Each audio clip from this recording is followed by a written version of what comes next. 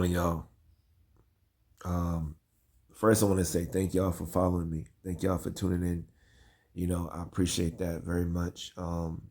Appreciate y'all. Um, New followers coming in, and I'm grateful for that. You know, um, Very grateful. I have no idea that every time I see somebody new, I'm like, oh, wow, cool. you know, Now, about that fight.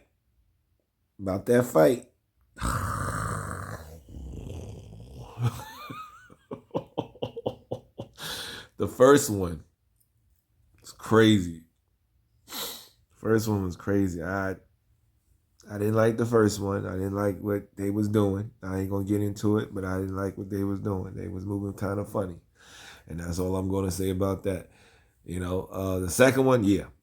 hmm That second fight was on it.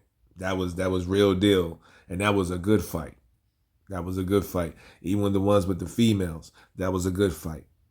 Mike Tyson and this other. Oh,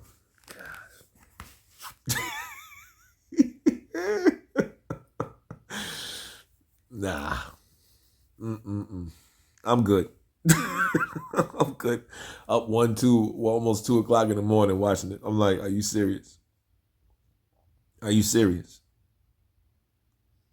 I guess because of what I was expecting, and I was expecting Mike to tear boy up. You know what I mean? But hey, it is what it is. So anyway, let's get back to business. So God has a word. He has something for us, this morning, and I'm very grateful. It's not gonna be before you long, I promise.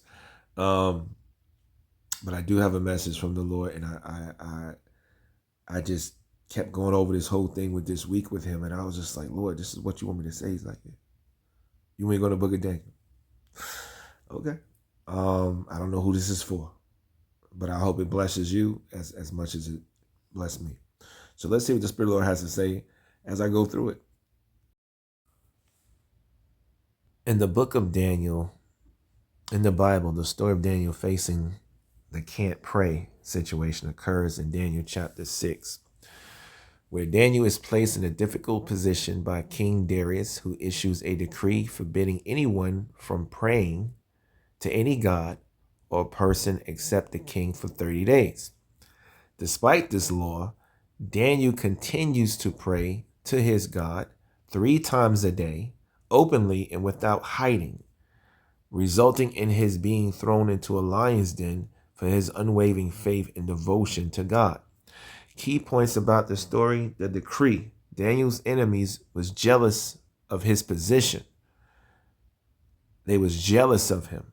And how many times know you guys are going to have enemies? You're going to have people that's going to be against you, and they're going to try to do something to.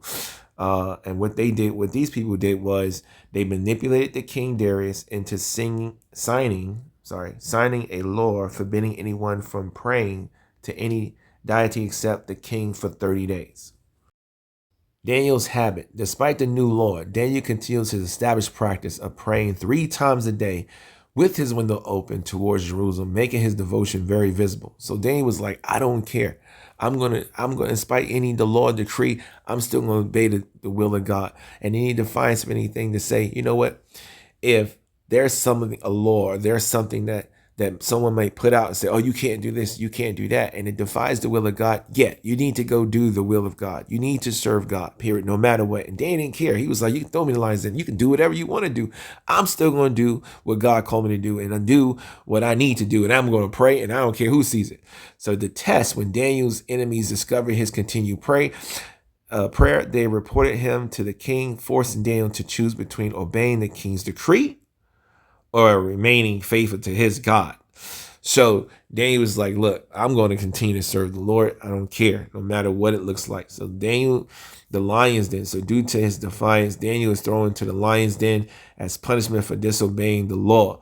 Of course, Daniel prayed to God. He called out to God, and God is like, he hasn't really, at the time, he heard Daniel when he first called him.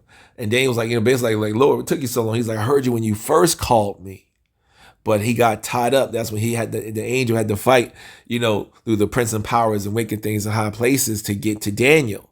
But God was letting Daniel know, I heard you when you first called me. So in time, when you're going through and stuff, God wants you to know that I heard you. And you think that God is not answering your prayers, but he said, I heard you when you first called me. I have heard you when you first called me, right? So due to the defiance and Daniel thrown into the lion's den, punishment for disobeying the law, God protects despite being surrounded by lions. God miraculously protects Daniel from the harm and emerges unharmed. So Daniel was unharmed because the angel Lord was with him. God was with him. And no matter what you're going through, no matter what the situation is, the enemy might throw you into a lion's den. Maybe not be a physical lion's den, but it might be something that really could, maybe say, hey, you're going to get terminated from your job. Hey, you're going to get this, or hey, you're going to get that. And despite of, you still defying that. And you like, I'm still defying, the gravities of this life. I'm still going to serve God no matter what, you know what I mean? And we got to have that attitude like Daniel. The lesson from this story, unwavering faith. Unwavering faith. Daniel's story demonstrates the importance of staying true to one's beliefs, even when faced with significant challenges and potential consequences. Open devotion. Daniel's refusal to hide his prayer life shows the importance of opening and expressing one's faith.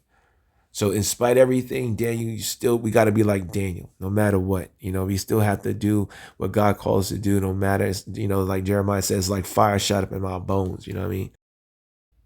Trust in God. Despite the danger, Daniel trusted that God would protect him, demonstrating the power of faith in difficult situations. I don't know who this message is for, like I said, but I hope this message blessed you. I hope that God's will be done in your life, whatever you're facing, whatever challenges you're facing, whatever situations you are facing.